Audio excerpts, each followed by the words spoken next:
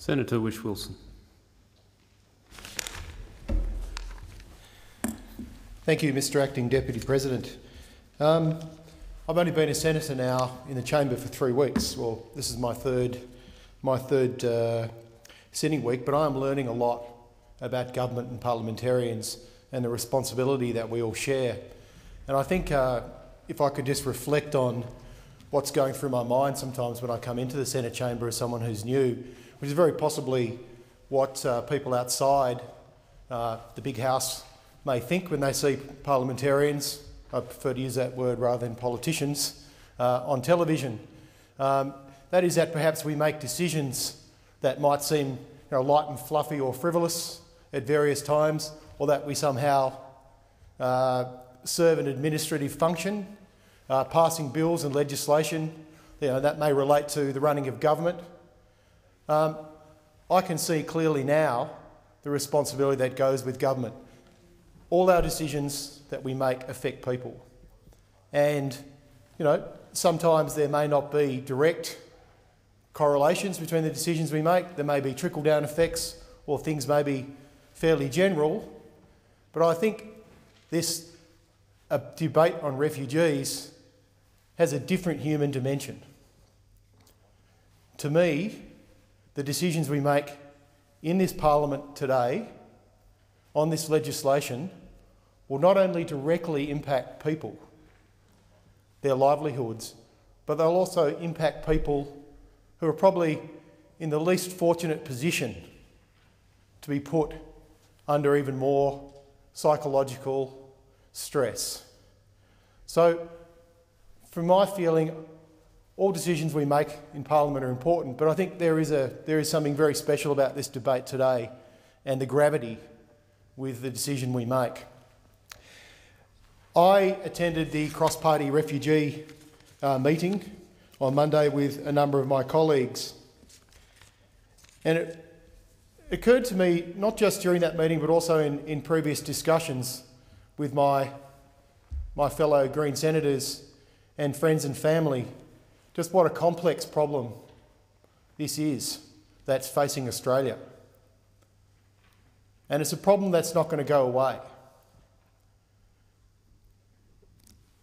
During that committee meeting, we heard from a number of people who work with refugees. Now, my position of strength and the Greens' position of strength in this debate is that our values are based on those people who work with refugees. They're based on the same principles that those people who work with refugees adopt.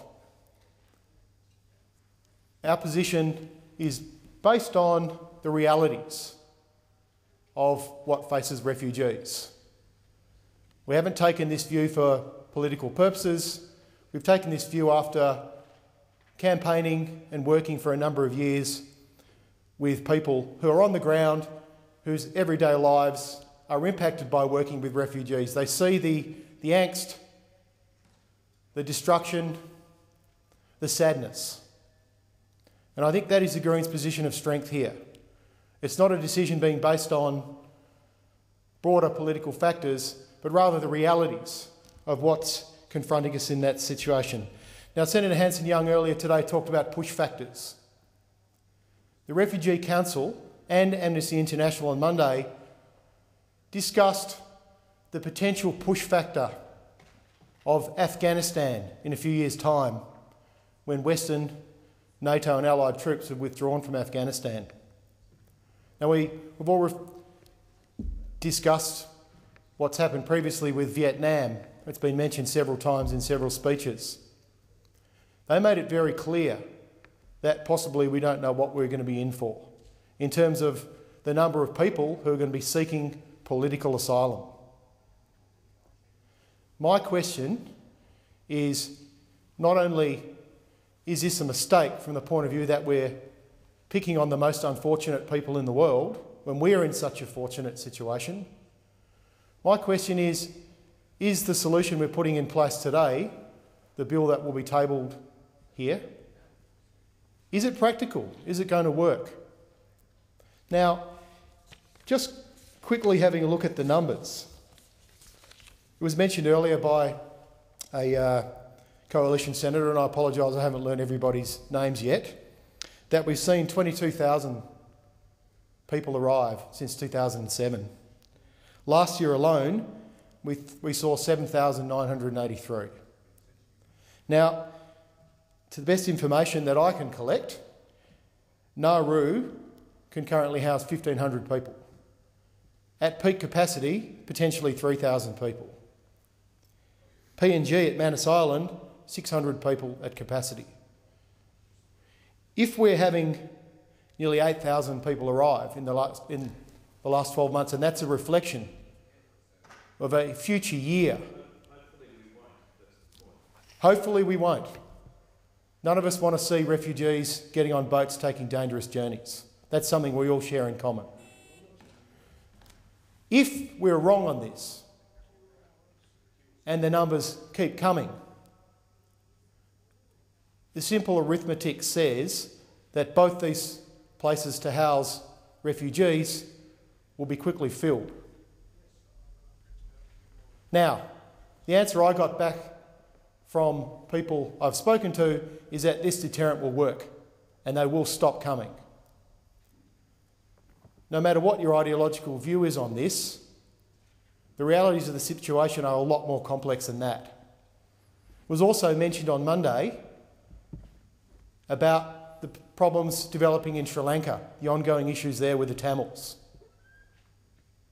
It seems to me that a rational, logical person might question whether the boats will stop and will this solution actually be able to A, house them, B, process them.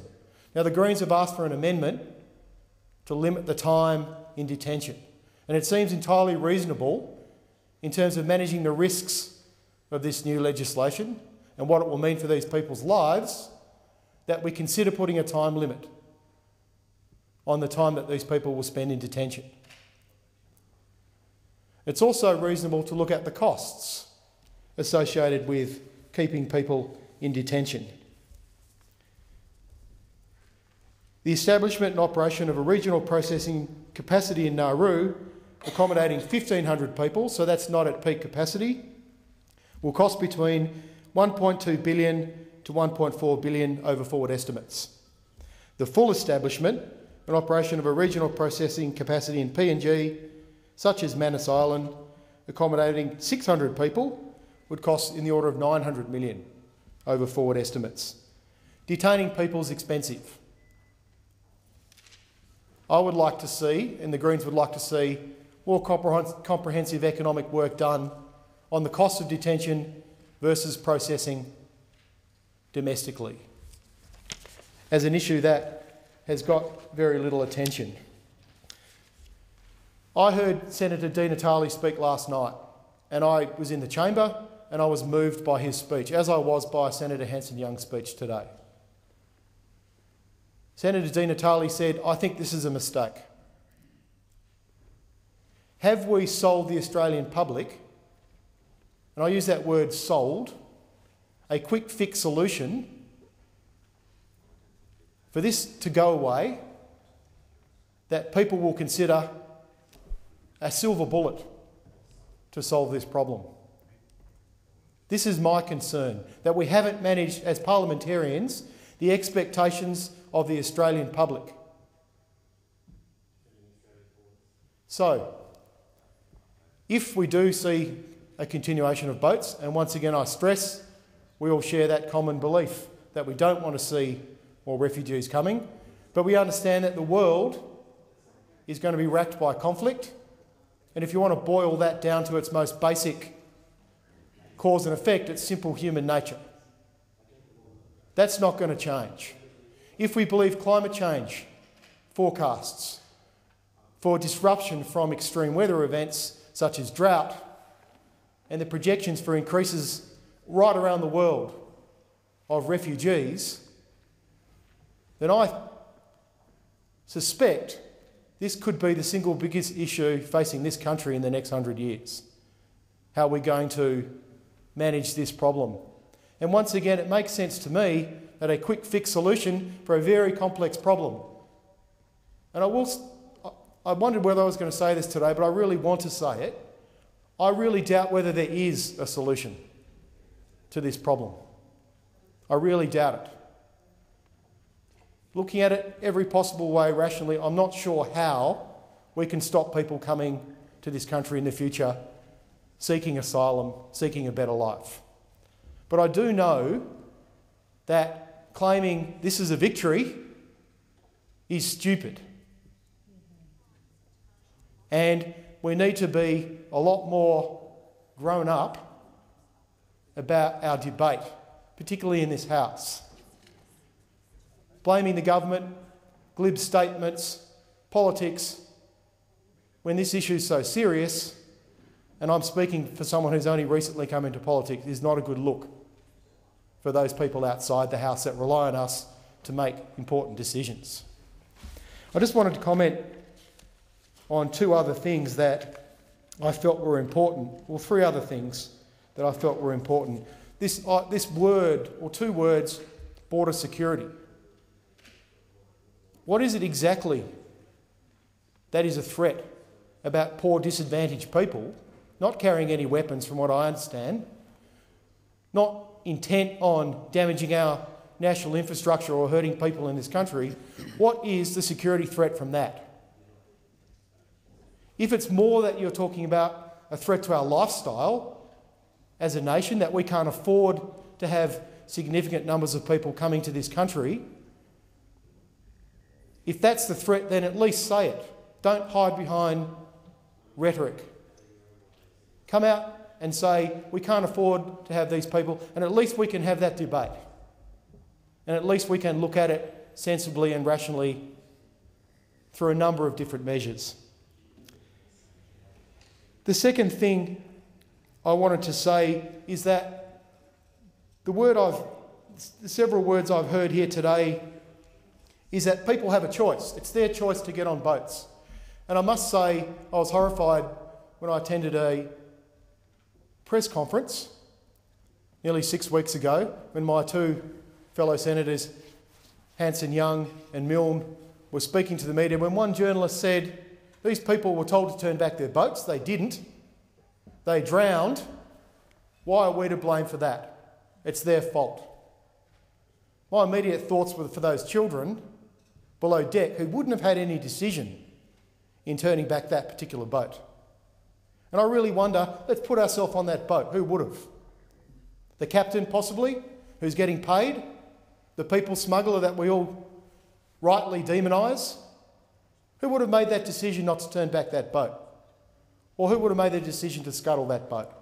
I very much doubt whether there was a democratic vote amongst refugees to continue on a dangerous voyage. Do they really understand the risks?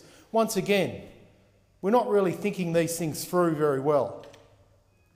The last point I'd like to make is, and I've said this to lots of my friends who perhaps disagree with my point of view on this and the point of view of my party. The only thing I'd like you to do is one simple thing. Imagine yourself in the shoes of these people, just for 1 minute. Because if you can imagine, then you can understand, and that is the basis of empathy. And with empathy comes human compassion and an understanding of what these people go through.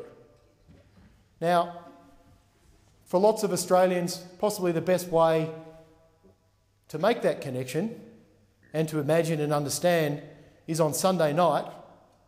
I'm not sure if I'm allowed to promote a TV program in the Senate, but I will anyway. SBS, go back from where you came from. The first series, it was very hard not to watch that and not feel compelled to put yourself in the shoes of these people. And I suspect the next series, which starts on Sunday night, and it's a shame it wasn't screened prior to this debate and the passing of this legislation, because I think most Australians who watch that will feel and understand the pain and misery that these poor people are going through. Thank you.